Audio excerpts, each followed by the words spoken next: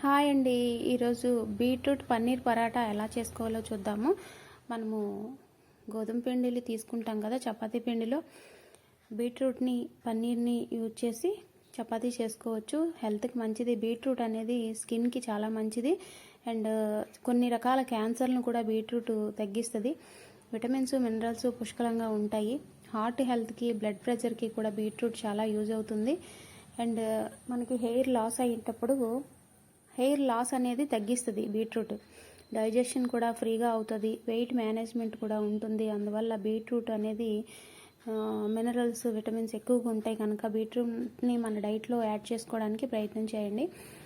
Beetroot క్యూరీని గోధుమ పిండిలో మనం యాడ్ చేసి పిండిలాగా కలుపుకోవాలి. చపాతీ పిండిలాగా కలుపుకున్నాక దీంట్లో మధ్యలో స్టఫింగ్ కోసము మనం పన్నీర్ని అండ్ చట్నీ పప్పు ఉంటుంది కదా, దాల్ పప్పు అంటారు, దాన్ని పౌడర్ చేసి పన్నీర్ని దాల్ పప్పుని కలిపి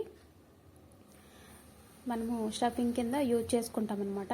పన్నీర్ని ఇలా కోరుకున్నాక దాంట్లో ఈ చట్నీ పప్పు మిక్సీ చేసి పౌడర్ని వేయాలి.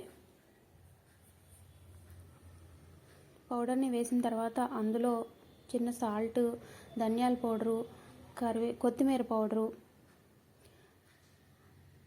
చిన్న సాల్ట్ వేసుకొని మనము స్టఫింగ్ అయితే పౌడర్ని అంతా మిక్స్ చేసుకోవాలి. చేసుకున్న తర్వాత చపాతీలను చేసి మధ్యలో ఇది స్టఫ్ లాగా యూజ్ చేసి చపాతీని ఫోల్డ్ చేసి చపాతీ చేసుకోవడమే. ఇది పన్నీర్ కూడా చాలా మంచిది కదా, కొన్ని రకాల క్యాన్సర్లని పన్నీర్ తగ్గిస్తుంది అండ్ బోన్స్కి టీత్కి కూడా చాలా మంచిది పన్నీరు. అండ్ కొన్ని డయాబెటిక్ పేషెంట్స్ కూడా పన్నీర్ చాలా మటుకు తినచ్చు. ఇమ్యూన్ సిస్టమ్ స్ట్రాంగ్గా బిల్డ్ అవ్వడానికి కూడా పన్నీర్ యూజ్ అవుతుంది. కొన్ని రకాల డిసీజెస్కి ప్రివెంట్ చేస్తుంది అన్నమాట పన్నీర్ అనేది. పన్నీర్ యూజ్ చేయొచ్చు అందరూ కూడా.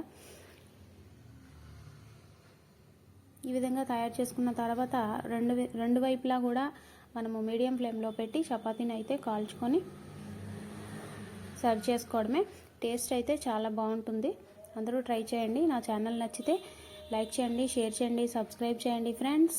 నా ఛానల్లో కుకింగ్ అండ్ డివోషనల్ టాపిక్స్ అనేవి రెగ్యులర్గా పోస్ట్ చేస్తూ ఉంటాను. అందరూ ఫాలో అవ్వండి. Thank you.